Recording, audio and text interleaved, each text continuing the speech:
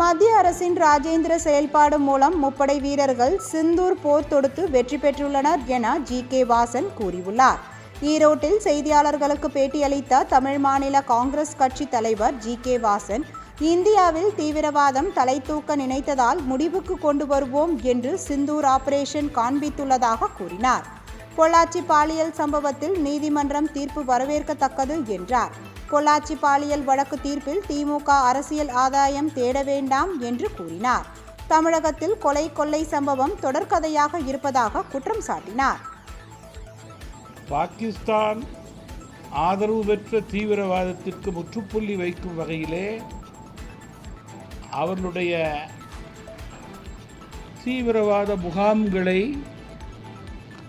தாக்கியது மட்டுமல்லாமல் தேச துரோகம் இந்தியாவுக்கு செய்ய நினைத்தவர்களை முடித்து கட்டிய பெருமை இந்திய இராணுவத்திற்கு உண்டு என்பதை இந்த நேரத்திலே பெருமையோடு குறிப்பிட விரும்புகிறேன்.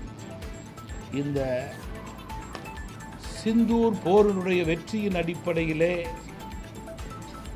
இந்தியாவினுடைய வலிமையை உலகம் போற்றும் வகையிலே அமையப் பெற்றிருக்கிறது.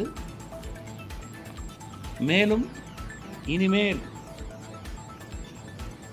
இந்தியாவிடம் தீவிரவாதத்தை தலைதூக்க நினைத்தால் அப்படி நினைப்பவர்களை நிச்சயமாக முடிவுக்கு கொண்டு வருவோம் என்ற செய்தியை நம்முடைய மத்திய அரசும் இராணுவமும் கொடுத்திருக்கிறது என்பதை மகிழ்ச்சியோடு பெருமையோடு